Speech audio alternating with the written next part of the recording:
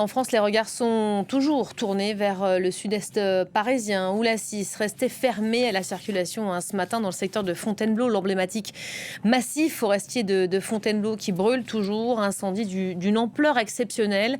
Il est l'un des plus conséquents ayant frappé la moitié nord du pays en 20 ans. Depuis dimanche après-midi, le feu a parcouru près de 2000 hectares. Pour autant, les quelques pompiers mobilisés semblent assez optimistes. Ils espèrent que le feu sera fixé dans la journée. Écoutez.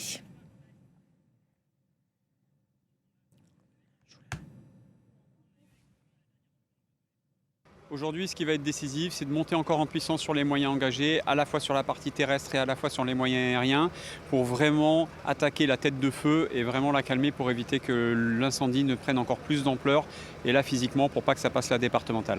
La complexité, vous l'avez compris, c'est qu'on a 2 gros chantiers en même temps à quelques kilomètres d'intervalle. Pour l'instant, on nous a évidemment accordé les avions qui sont arrivés sur zone et qui sont en train de faire largage à la fois sur le secteur du Grand Parquet, mais à la fois sur le secteur du Boiron. Et on engage beaucoup plus de moyens terrestres pour essayer d'atteindre l'objectif de fixer le feu.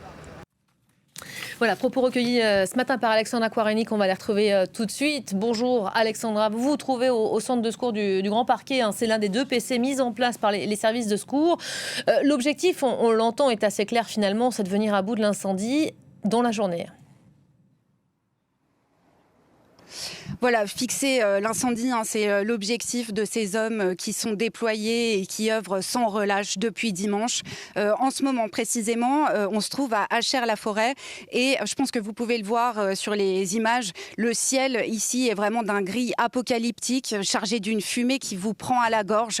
On est arrivé ici donc à Achères-la-Forêt depuis Fontainebleau, où on se trouvait donc dans l'un des 2 postes de commandement qui a été déployé donc aux abords de la forêt de Fontainebleau.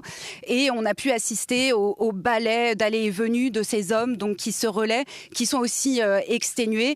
Et on a pu s'entretenir avec certains d'eux, dont Alain, qui lui, en 42 ans de carrière, était déployé pour la première fois en Île-de-France. Et ce qu'il nous expliquait, c'est que c'était pas tellement par un manque de ressources humaines, mais plus de compétences techniques, parce que ce feu, il est extrêmement complexe à gérer en raison de la sécheresse de la végétation. Ça, c'est dû aux épisodes caniculaires qui sont abattus sur la France et qui rendent le travail des pompiers extrêmement complexe.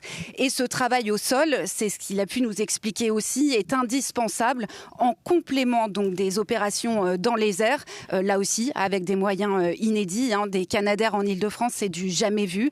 Il y a aussi des avions Dash et des hélicoptères bombardiers d'eau. Voilà, la combinaison de ces moyens, tout est mis en œuvre pour tenter de fixer ce feu qui continue pour le moment de progresser. Un mot peut-être, Alexandra, de l'enquête. Il semblerait qu'elle progresse. Le ministre de l'Intérieur a annoncé l'interpellation de 2 suspects. Voilà, c'est ce que Laurent Nunez, donc le ministre de l'Intérieur, a déclaré hier. Il a parlé de l'interpellation de 2 personnes, dont un jeune homme de 18 ans qui aurait été interpellé avec un briquet en sa possession et de la suie sur les mains. Et le ministre de l'Intérieur a donné aussi un autre élément qui laisse penser qu'il pourrait s'agir d'un incendie volontaire. C'est le fait qu'il y ait eu plusieurs départs de feu simultanés. Le ministre de l'Intérieur a parlé de 10 départs simultanés. Voilà, ça alimente cette piste d'un incendie volontaire, sachant que maintenant c'est la procureure de la République qui pourra en dire plus sur les suites de cette enquête, en prenant en compte un élément important, c'est que pour se rendre sur les lieux, les enquêteurs vont devoir attendre que cet incendie soit fixé. Merci beaucoup Alexandra Quareni, mobilisée au plus près pour nous. Sachez qu'on vous fera vivre également en direct la conférence de presse annoncée de Pierre Henry, préfet de Seine-et-Marne, en ce début d'après-midi.